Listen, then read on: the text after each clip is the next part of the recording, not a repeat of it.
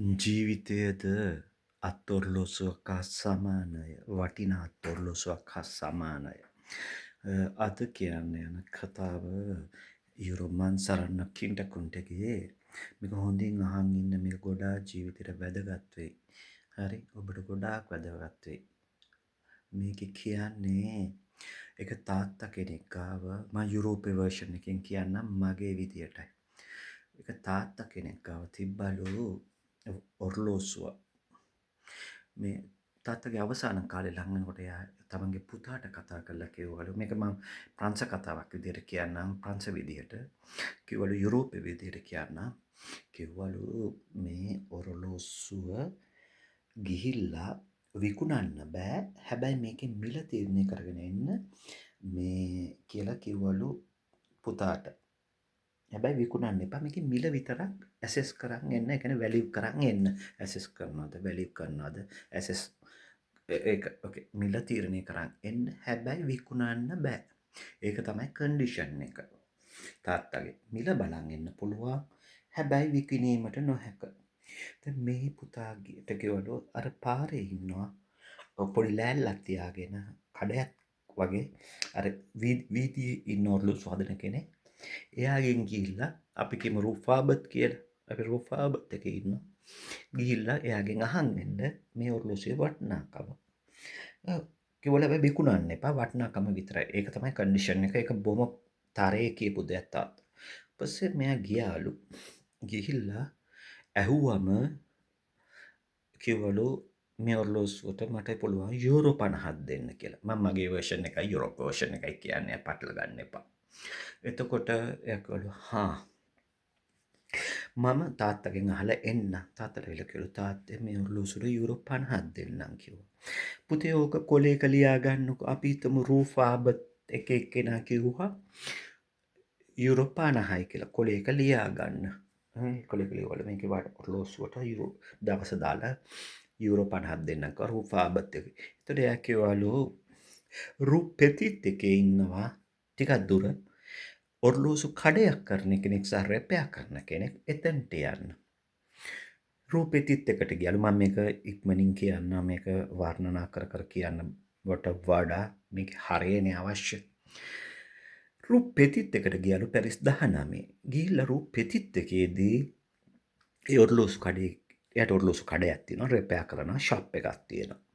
එයා කිව්වලු මේක ටිකක් වටින ඔර්ලෝසුවක් මං හිතනවා මට පුළුවන් මේකට යුරෝ 150ක් 200ක් විතර දෙන්න. ඒකල මේක විකුණන්න එපා කිව්වා තාත්තා මිල අහන් එන්න කියලා. හරි තාත්තගෙන් අහන්න තාත්තා කැමති වුණොත් ඔර්ලෝසුව මම මිල දී ගන්න කැමතියි කියලා. දැන් ඇවිල්ලා පුතා කිව්වලු තාත්තට යුරෝ 200ක් දෙන්නම් තාත්තේ කිව්වා කියලා. බොහොම හොඳයි පුතේ. එහෙනම් ලියා ගන්න පැරිස් 19 රූපෙතිත් එකේ යුරෝ 200ක් 150ක් 200ක් දෙන්නම් කියලා කිව්වා කියලා. ඒකත් ලියාගත්තලු. ඊට පස්සේ කිව්වලු පුතේ හෙට ගිහිල්ලා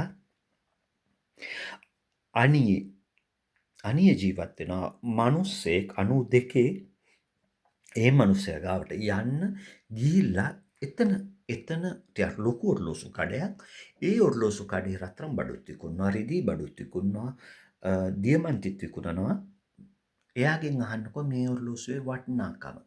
ඔන්න දැන් අනිය ජීවත් වෙච්ච මිනිස්සුන්ට කියනවා අනිරුවා කියලා. 92.600 මිනිසුන්ට කියනවා අනිරුවා කියලා කියන අනියේ රජ්ජුරුවෝ කියලා. වැදගත් මිනිසුන් ඉන්නේ අනියේ. දැන් නැති වුණාට එහෙම ඒ කාලේ ඉඳලා තියෙන එහෙම රජ්ජුරුවෝ හිටපු මාළිගය තිබිච්ච පැත්තක් තමයි මේ අනිය කියන්නේ 92.600. අනියේ සුසෙන් ගඟ උඩ කොටස අනියේ ගඟ උඩ කොටස. දැන් මෙහෙම යනකොට මේ මිනිස්සයා ඔර්ලෝසු ගින් දුන්නම ඔත්තට ඔත්තලා රෙදි කෑල්ලක එයා පිහදලා කරලා කිව්වලු මේක ගොඩක් වටින ඔර්ලෝසුවක්. අඩුම ගානේ යුරෝ 3000ක් විතර වටිනවා මේ ඔර්ලෝසුව. මට ඒක ගැරන්ටි කරලා කියන්න පුළුවන්. හැබැයි මටත් වඩා ඔර්ලෝසු දන්න ඒ කියන්නේ ලක්ෂරි ඒ කියන්නේ ගොඩක් වටින ඔර්ලෝසු දන්න කෙනෙක් ඉන්නවා මගේ ගුරා.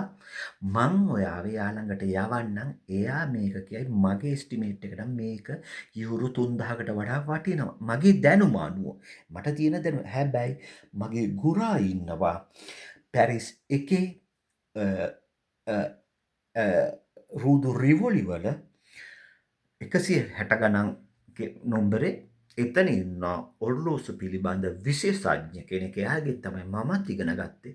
එයා කියයි මේකේ හරි වටිනාකම. මම හැබැයි මේ ඔර්ලෝසුව වටින බව විතරක් මම ඔබට කියන්නම්. මේක පරිස්සම් කරලා තියන්න කියලා. එයා කරේ රෙදි කෑල්ලක ඔතලා පෙට්ටියක දාලා දුන්නා. පුතේ මේක වටින ඔර්ලෝසුවක් කියලා. මම කියන්නේ ඔර්ලෝසුවයි ජීවිතේ එකතු කරලා කියන්නම් අවසානයේ. ඊට පස්සේ එයාට ඇඩ්‍රස් එක දුන්නා. අපි හිතමු දුන්නා කියලා ටිකක් දුර ගමක බෝදෝ පැත්තේ. බෝදෝ කියන්නේ කිලෝමීටර් 800ක් විතර දුර මෙතන ඉඳන්. බෝදෝ වයින් මේක බෝදෝ වයින් එකක් බෝදෝ. හරි ඕකේ මේක බෝදෝ වයින් එක මේක නම් පර්ෂියන් කාපට් එක බැටළුවා මෙන් කරුවා. ඒක වෙනම කතාවක්. මම ටිකක් මිල දේවල් ගන්න කැමතියි. හරි මිල දේවල් හම්බුනම සල්ලි තිබ්බම මම කරන්නේ මිල අධික දේවල් ගන්නවා. මේකත් පර්ෂියන් කාපට් එක. මේක නම් ක්ලීන් කරන්න ඕනේ. මට ක්ලීන් කරන්න බැරිනක් වගේ මේක ටිකක් ගන්න. ඕකේ මම මේ කියන්නේ වටිනාකම් ජීවිතේ වටිනාකම්. ඒ අස්සෙතින් මගේ දේවලුත් පෙන්වන්න ඕනේ. නයි යන්න ඇපයි නයි අරින්න ඕනේ. නයි යන්න ඕනේ. නයි ගමන් කරන්න ටීවී හරහා නයි ගමන් කරන්න ඕනේ. තියෙන දේවල් හරහා ගමන් කරන්න ඕනේ. ඕකේ මෙහෙම ගියාම ඒ බෝධවල කියලා ඔර්ලෝසුව දැක්ක ගමන් කිව්වලු වාඩි වෙන්න මහත්තයා කියලා. මොකද ඔර්ලෝසුව වටින ඔර්ලෝසුවක් කියලා ඔහු දැන කිව්වලු මම මේක හිමීට පරීක්ෂා කරන්න ඔබ ඉස්සරහම කියලා ඔර්ලෝසුව මට ගලවන්න අයිතිය තියනවාද කියලා. ඔව් මහත්තයා ගලවන්න කිව්වලු. දැන් එයා ඔර්ලෝසුව ගලවනවා. ගලවන ගමන් යට කිව්වලු මේක ඇතුළ නිර්මාණය කරලා තියෙන දියමන්ති සහ ටයිටේනියම් කියන ලෝහයෙන් මේ ඔර්ලෝසුව ගොඩාක් වටින ඔර්ලෝසුවක්. මේකේ මිල අඩුම ගානේ යූරෝ 30000කට වැඩි කිව්වලු. යූරෝ 30000ක් මට දැන් දෙන්න පුළුවන් ඔබ කැමති නම් කියලා. කිව්වලු තාත්තා විකුණන්න එපා කිව්වා. තාත්තා මේකේ මිල ඔබ ගන්නවන්නම් ඔබ විකුණනවා නම් මම ගන්න කැමතියි. යූරෝ 30000 මන් දෙන්න කැමතියි කියලා. මේ දැන් මම කෑෂ් දෙන්නම් කිව්වලු. ඔයාලට කෑෂ් ඕන නම් කෑෂ් දෙන්නම්, චෙක් එකක් දෙන්න නම් චෙක් එකක් දෙන්නම් කිව්වලු. කිව්වලු තාත්තගෙන් අහලා මම එන්නම් කිව්වලු මේක බොහොම පරිස්සමින් අරන් යන්න. මේක ගොඩක් වටින ඔර්ලෝසුව යූරෝ 30000කට වඩා වටිනවා. මේක බොහොම පැරණි දියමන්ති ගල් අල්ලපු ඔර්ලෝසුවක්. මේක නම් ඔයා පරිස්සම් කරන්න.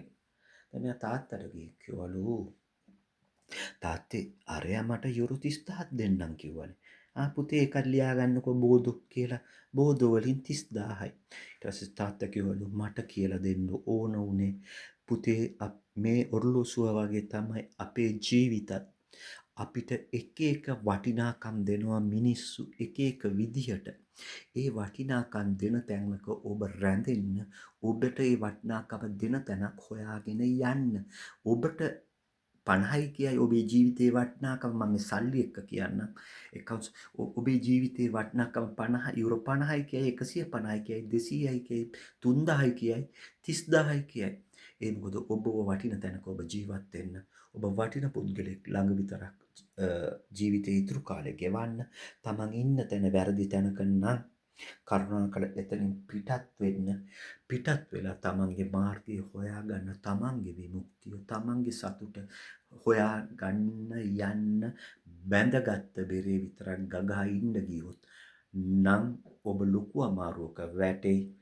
මේ සිංහ වගේ එල්ලිලා ඉන්න උත්සාහ දරන්න එපා. මේ තැනින් දකුණට විතැන් වෙන්න, වමට විතැන් වෙන්න, උතුරට විතැන් වෙන්න, බස්නාහිරට විතැන් වෙන්න. විතැන් වෙලා තමන්ගේ හරි තැන හොයාගන්න, හරි තැන ජීවත් වෙන්න, හරි තැන තමන් පැලවෙන්න. පැලවෙන්න කියන්නේ ස්ථානගත වෙන්න, මුල් ඇදලා හොඳ ගහක් වගේ හැදෙන්න. ඕක තමයි කියන්න තියෙන්නේ. මේක යුරෝමන් සරන්නාගේ ක්‍රමයට කිව්වා. කින්ටකුඩ්ගේ ක්‍රමයට කිව්වා. ඔබට මේකෙන් ගන්න දෙයක් තියෙනවා නම් මට ලයික් එකක් දාන්න. ගන්න දෙයක් නැත්තම් තොපේ තාත්තට කියලා කියන්න. අම්මා නම් ජීවිතේ ඉන්නවනේ තාත්තා නම් ජීවිතුන් අතර නැහැ. තොපේ තාත්තාට කියලා යන තාත්තා ඒතකොට වලේනේ තාත්තට ඕන හචිමක් කියයි. අම්මා නම් පව් අම්මා බොම 94යි බොම අමාරුවෙන් ජීවත් වෙන්නේ. විනාඩි හරියටම 10